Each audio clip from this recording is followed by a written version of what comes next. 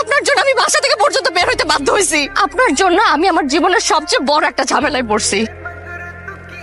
আমি তো বিশ্বাস করে আপনাকে সবকিছু বলছিলাম, তাই না? আপনি বিশ্বাসটা ভেঙে দিলেন আমার। স্বামী,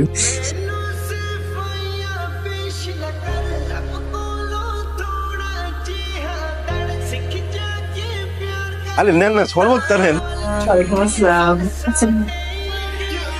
মাশাআল্লাহ। মেয়ে দেখতে এসে মাথা নিচু করে থাকলে হবে? একটু তাকাও, দেখো।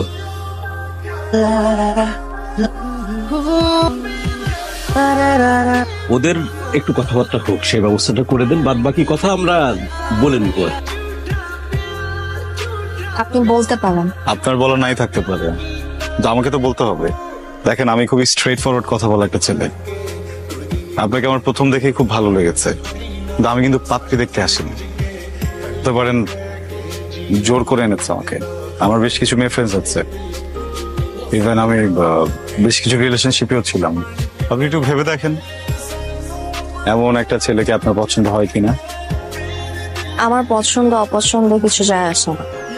আমার ফ্যামিলি যেটা চুপ করবে আমার সেটাই করতে হবে। সব ঠিক আছে? হ্যালো, আমি শারমিন। জি বলেন। আমি এত রাতে আপনাকে কল করতে চাইনি, আসলে আপার দুলাভাইয়ের চাপে আপনাকে কল করেছি। কোনো অসুবিধা নেই, বলেন। এখন আমার কিছু বলার নেই, যদি যদি কি দেখা করতে যাচ্ছেন, ভালো হয়। আমি আপনাকে অ্যাড্রেসটা টেক্সট করে দিব, আপনি ওখানে চলে আসেন তাহলে। ঠিক আছে, রাখছি। সরি, কি খাবেন? কথা বলবো না।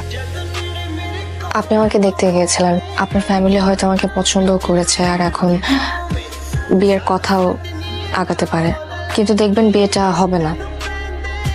কেন? কারণ আমার ফ্যামিলি পাত্রপক্ষ থেকে একটা বিষয় সবসময় গোপন করে আসছে। পরে অবশ্য তারা সেটা জেনে যায় আর প্রত্যেকবারই ওই একই ইস্যুতে বিয়ে ভেঙে যায়।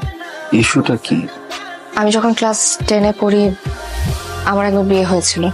পাত্রপক্ষ আমাকে দেখতে এসে কাবিন করে রেখে যায়। পরে অবশ্য জানা যায় যে ছেলেটা ভালো ছিল না আর এই জন্য বিয়েটাও আর আগায়নি। আপনি কথাগুলো আমাকে কেন বললেন? কারণ আমি আপনার হেল্প চাই। কি হেল্প? দেখেন, এই ব্যাপারটা আপনার ফ্যামিলি হয়তো জেনে যাবে, আপনিও জেনে গেছেন। আমি আর বিয়ে করতে চাই না, আমার জীবনে কারো করোনার দরকার নেই। বিষয়টা যে ওরা গোপন রাখছে, কাজটা ওরা একদম ঠিক করে নাই। কি ব্যাপার? আমাকে দেখে সব চুপ হয়ে গেলে কেন?